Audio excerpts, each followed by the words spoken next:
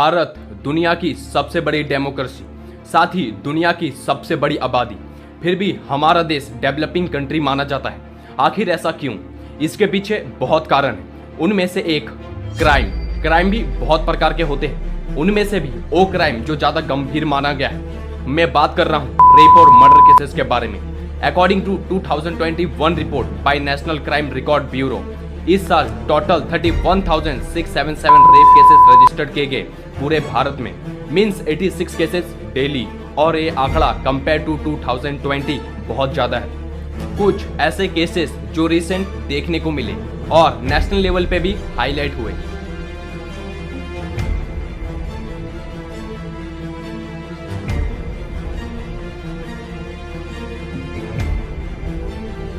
अब इन सबको कैसे रोका जाए, इसके रिलेटेड गवर्नमेंट क्या अमेंडमेंट लाती है वो देखने वाली चीज होगी। लेकिन अब मैं जो आपको बताने वाला हूँ वो समाज की सच्चाई है, जो एक नाटक के द्वारा प्रस्तुत किया गया है। ये स्किट 10 दिसंबर को नवी मुंबई के मोतीलाल झुनझुनवाला कॉलेज वासी में परफॉर्म किया गया था, क्योंकि इस दिन ह्यूमन राइट्स डे था। और इन्होंने जो भी परफॉर्मेंस किया है उसका मैसेज आपके दिल और दिमाग तक बेशक पहुंचेगी। ये नाटक समाज को आईना दिखाने के काम करेगी, साथ ही सोशल अवेयरनेस को भी प्रमोट करेगी। तो वीडियो में बने रहे।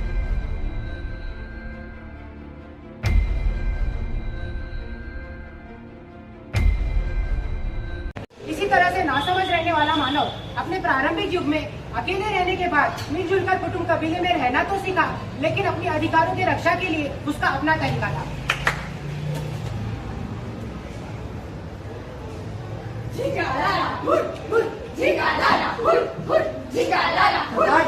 बाजू के कबीले वालों ने हमारे कर्नल राम सिंह का खून कर दिया है। क्या सरदार, आप तो मेरे ऑफिस को मार के हो क्या? रुको, अकेले मत जाना, पूरी टोली को लेके जाना। लेकिन याद रहे हमारा कानून क्या कहता है? आग के बदले आग, हाथ के बदले हाथ। और यहाँ तो खून की बात है, इसलिए खून के बदले खून। जाओ चलो, जाइए उसको मारो। बचाओ, बचाओ, बचाओ। सिंगालाला, सिंगालाला, वक्त के चलते मानव ने संस्कृति भी सीखी और सभ्यता भी। शिक्षा की प्राप्ति से उसे हासिल हुआ आत्मगौरव, पर सम्मान, पुरुष प्रकृति, प्राणी मात्र का रखने लगा वो ध्यान। योर मैजेस्टी, किंग जॉन पधार रहे हैं।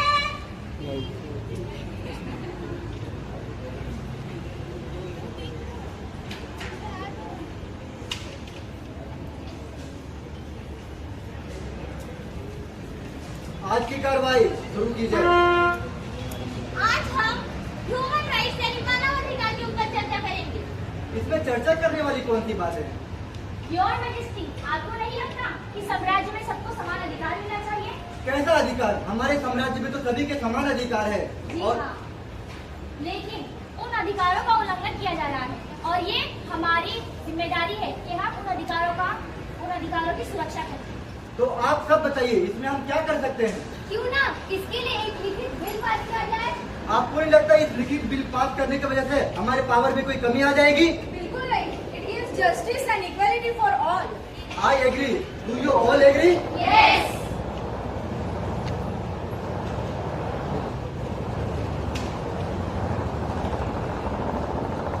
1215 में मैग्ना कार्टा तो आ गया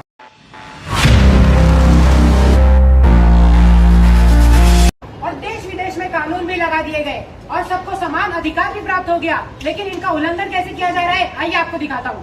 आओ तुम्हें एक कठोर सच्चाई से वाकिफ कराती हूँ। जिंदगी के कुछ अनदेखे पहलू दिखलाती हूँ। मनुष्य का जीवन ही है कुछ ऐसा, खुद होने वाले बच्चे का पिता कहता है, जन्म होने तुम्हें इसका कैसा। बेटा कौन से दांत में दर्द है? आ करो। ये बाजू वाले दांत में दर्द है। लो निकाल दिया। आपने कौन सा दांत निकाला? जो दर्द था। नहीं, ये दांत नहीं था। आप डॉक्टर हो कि क्या? दांत गया तो गया, पैसा तो आया, आज की बोली तो हो गई। अरे यहाँ कोई डॉक्टर भी है? अरे मैं हूँ ना भाई, दिखता नहीं क्या? अरे नहीं डॉक्टर, हमें वो कराना था। वो क्या? डॉक्टर वो। अच्छा जीरोक्स। हाँ, आइए।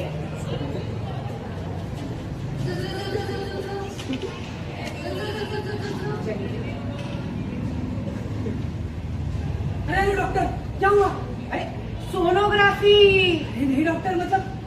लड़का है लड़की? बधाई हो, आपको लड़की होने वाली है।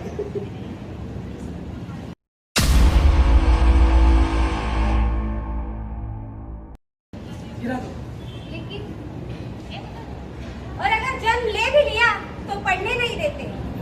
ये तंबी एक चाय। जी साहब। अरे पहले टेबल तो साफ कर। और कौन सी क्लास में पढ़ाई करते हो? साहब, हमारे नसीब में कहाँ पढ़ना लिखना। हमारे पिताजी ने तो यहाँ काम पे लगवा दिया। इतने पैसे ही कहाँ थे हमारे पास। अरे मीना, जल्दी पहुंचा ना, आज मुझे किटी पार्टी में जाना है। जी ठीक है। और बर्तन कौन धोएगा? मेरी बेटी है ना, वो कर देगी। ये धोएगी, मेरी किटी छोटी है। मेरा वैसे बर्तन सोचा था बनाएंगे किस्मत, पढ़ते लिखते लिखते, लेकिन हाय रे मेरी किस्मत, मिट गई वही रेखाएं, बर्तन किसने। और अगर पढ़ भी लिया तो जीने का हक नहीं देते। पापा पापा आज मेरा रिजल्ट और मैं पास हो गया। क्या कह रहे हो बेटा? हाँ पापा। कितने मार्क्स आए? पापा मेरे को 50 मार्क्स आए। 50 मार्क्स आए। ओके, आगे का कुछ सोचा है? हाँ पापा मैं सोचा तुम्हें बीकॉम कर लूँ।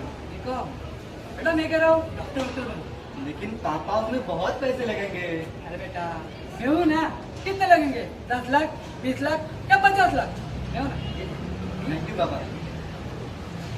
पापा आज मेरे रिजल्ट आया, मैं पास हो गई। और पापा मुझे ओ ग्रेड मिला है। पापा मेरा एक सपना है कि मैं एक डॉक्टर बनूं। देख बेटा, तेरी पढ़ाई के ऊपर हम इतना खर्चा नहीं कर सकते। तेरी पढ़ाई के ऊपर अभी खर्चा करे, उसके बाद में तेरी शादी होगी तो वहाँ पे दहेज के लिए खर्चा करे, और आज आके तुझे कहीं दूसरे घर में ही बेचना है, तो इतना खर्चा हम करेंगे क्यों? लेकिन पापा बस ये जा, चाय ठंडा हो गया है, गर्म करके ला। आर्टिकल 21 कहता है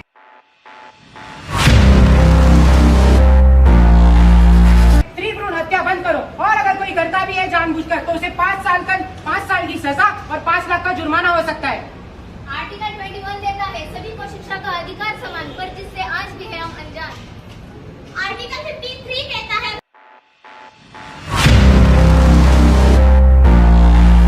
बाल विवाह है एक अपराध, और अगर करोगे जानबूझकर तो भरोगे 1 लाख तक का जुर्माना और जाकर जेल में हो जाओगे बर्बाद। खैर, ये तो थी बच्चों के अधिकारों की जानकारी। इस कहानी का अगला मुख्य पात्र कहने को तो बड़ा ही शक्तिशाली, समझदार और बलवान है, लेकिन व्यभिचार, बलात्कार और उन पर हो रहे अत्याचार से वो परेशान है। ओ भाई देख क्या पटाखा लग रही है। मैं कहा था घर छोड़ दूं। और नारकली किधर चली?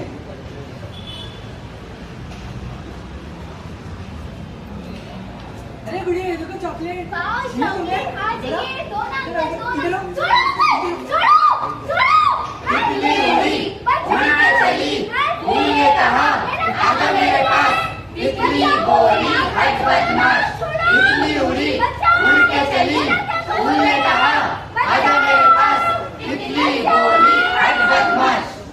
हमने कुछ नहीं देखा, हमने कुछ नहीं देखा, हमने कुछ नहीं देखा।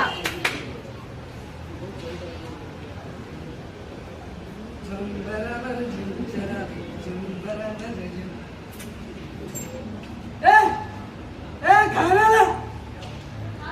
अरे जल्दी खाना ला।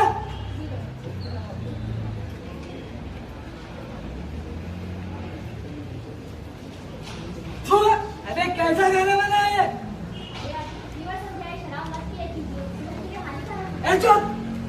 तू मुझे बताएगी क्या होता है? एक तो तेरे बाप ने वहाँ पे दहेज का एक कोड़ी नहीं दिया, ऊपर से तू मुझे बताएगी? कब तक यूं ही होता रहेगा बलात्कार, अत्याचार और व्यभिचार? कब तक रहेगी ये नारी यूं ही बेबस, अबला और लाचार? इसी को रोकने के लिए आर्टिकल 21 कहता है stop rape, domestic violence and eve teasing. Section 354 के तहत व्यभिचार करने वालों को 3 साल तक की सजा या जुर्माना भी हो सकता है। सेक्शन 376 के तहत रेपिस्ट को 7 साल तक की जेल, उम्र कैद या फांसी की सजा हो सकती है। आर्टिकल 53 कहता है दहेज मांगने वाले को हो सकती है 3 साल तक की सजा और भरना पड़ सकता है 15,000 तक का जुर्माना।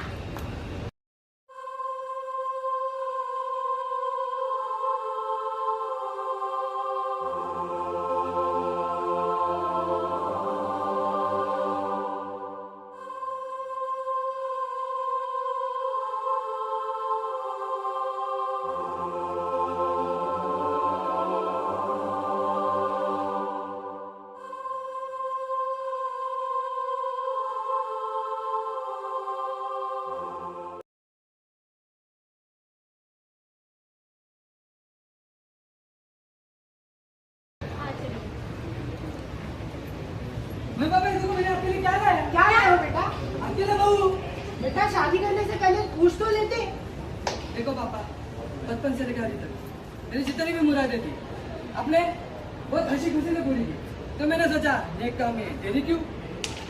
कोई नहीं बेटा, चुप चुप जियो।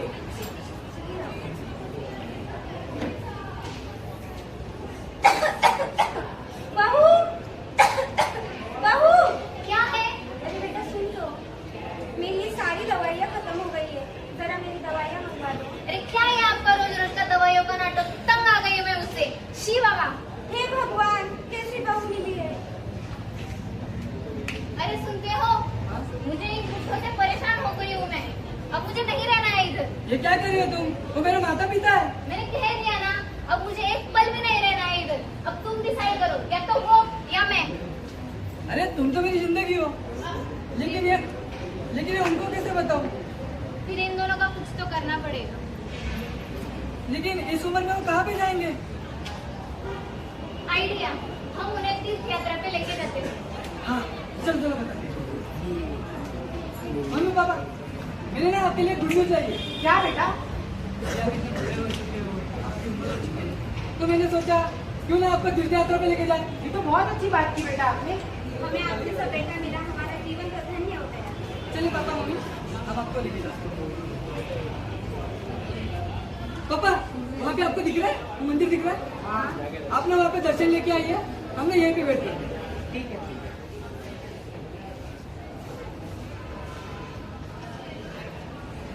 अरे बेटा, बेटा कहाँ चले गए? बेटा, बेटा कहाँ?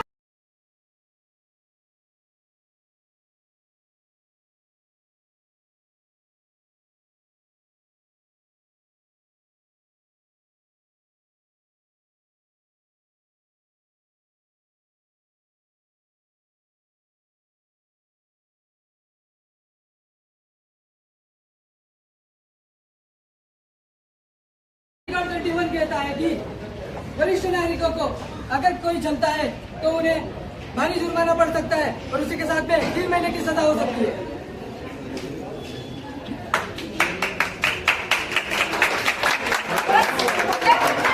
हाँ हो गया प्रोग्राम। अब अगले साल फिर से जल्दी से मरेगा, तुम लोग फिर से प्रोग्राम करोगे, तो इससे बदलाव कौन और कैसे आएगा?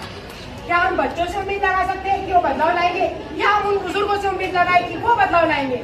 नहीं, ये जिम्मेदारी है उन 65 करोड़ युवाओं की, उन 65 करोड़ भारत के युवाओं की। वही बदलाव ला सकते हैं। हम जगाएंगे जनगण मन और करेंगे युग परिवर्तन।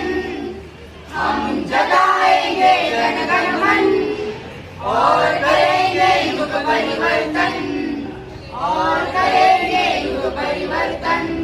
युवा शक्ति, पराशक्ति, युवा शक्ति, पराशक्ति।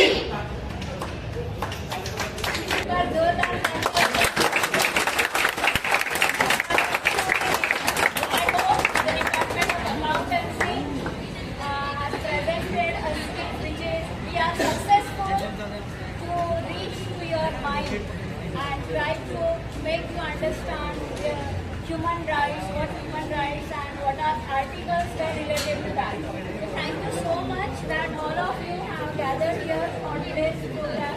I request members of you for the vote of thanks.